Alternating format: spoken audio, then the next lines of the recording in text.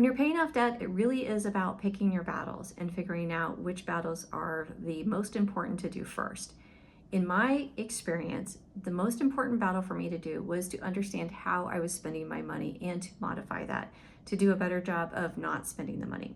The second biggest battle was stocking up that emergency fund so I had money available to me for when things went wrong, like the AC going out in the middle of the summertime. Then the third most important thing was getting rid of the debt. Now for me, I had to do the snowball method because I needed that win. I needed those quick wins.